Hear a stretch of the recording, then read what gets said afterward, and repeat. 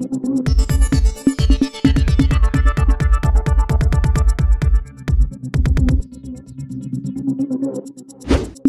News Maharashtra बातमीचे वास्तववादी विश्लेषण।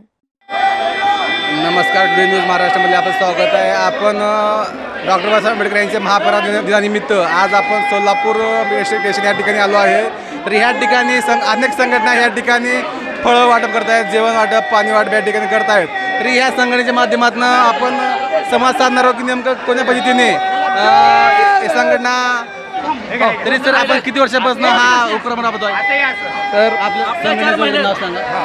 आपण विश्वरत्न बोधिसत्व डॉक्टर बाबासाहेब आंबेडकर यांच्या महापरिनिर्वाण निमित्त दर सालाबादप्रमाणे याही वर्षी आमच्या सिद्धार्थ मागासवर्गीय बौद्धिक संस्था DS बॉयजच्या वतीने जे काय आपल्या सोलापुरातील असतील किंवा कर्नाटकात भागातून येणारे भीमानुयायी असतील, आंबेडकरवादी असतील आणि सर्व नागरिक असतील जे बाबासाहेबांच्या विचाराला अनुसरून चैत्यभूमीला 6 डिसेंबरला इथं जाण्यासाठी ही सर्व लोक जमा होत असतात। याच कारणाने आम्ही सर्व सिद्धार्थ मागासवर्गीय बौद्धिक संस्था DS बॉयजच्या वतीने सर्व लोकांना अल्प उपहार, पाण्याची बॉटल आणि बिल्ले वगैरे काय यांचा कार्यक्रम आम्ही घेत असतो। आणि याच्यानी जोपर्यंत सर्व लोकांना जे सोयीसुविधा पुरवण्याचा आम्ही शासनाचे प्रयत्न करत असतो। आता ही वर्षाचं कमीत कमी आपल्या संस्थेच्या वतीने ही 7वा-8वा वर्ष आहे।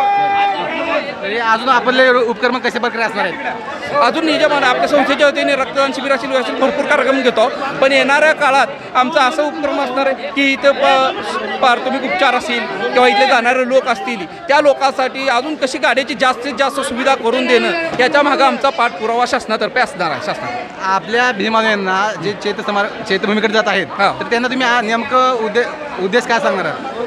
आपले जे अनुयायी असतील जे चैत्यभूमीकडे जात असतील जे बाबासाहेबांच्या विचारानुसरून गेले पाहिजे। आणि एक तुम्हाला सांगायला मला एक अभिमानाची गोष्ट बी वाटेल की भारतात सर्वात जास्त उद्या पुस्तकाची विक्री होत असेल तर उद्या 6 डिसेंबरला डॉक्टर बाबासाहेब आंबेडकर इथं चैत्यभूमी इथंच पुस्तकाची विक्री होत आहे आणि रेकॉर्ड आहे, ऑन जो रेकॉर्ड आहे। आणि राहिलं महत्त्वाचं गोष्ट बोलायचं म्हणजे जी शासनाने गाडी दिलेली असती, एक जे शासनाने आता एक स्पेशल गाडी दिली आहे याचा फायदा सर्व लोक घेत असतात।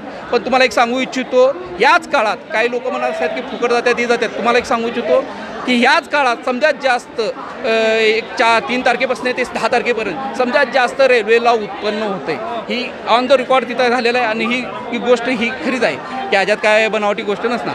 पण एवढंच आम्ही सांगत असतो, जे बी कोणी महापुरुष आमचे जात असतील लोक अनुयायी ते बाबासाहेबाचे तिथे चैत्यभूमी गेले तर तिथले बाबासाहेबाचे जे ज्ञान आहे म्हणजे ते पुस्तकरूपी ज्ञान ते सर्व आपल्या लोकांनी घेत आहे, हे आम्हाला अभिमानाची गोष्ट आहे।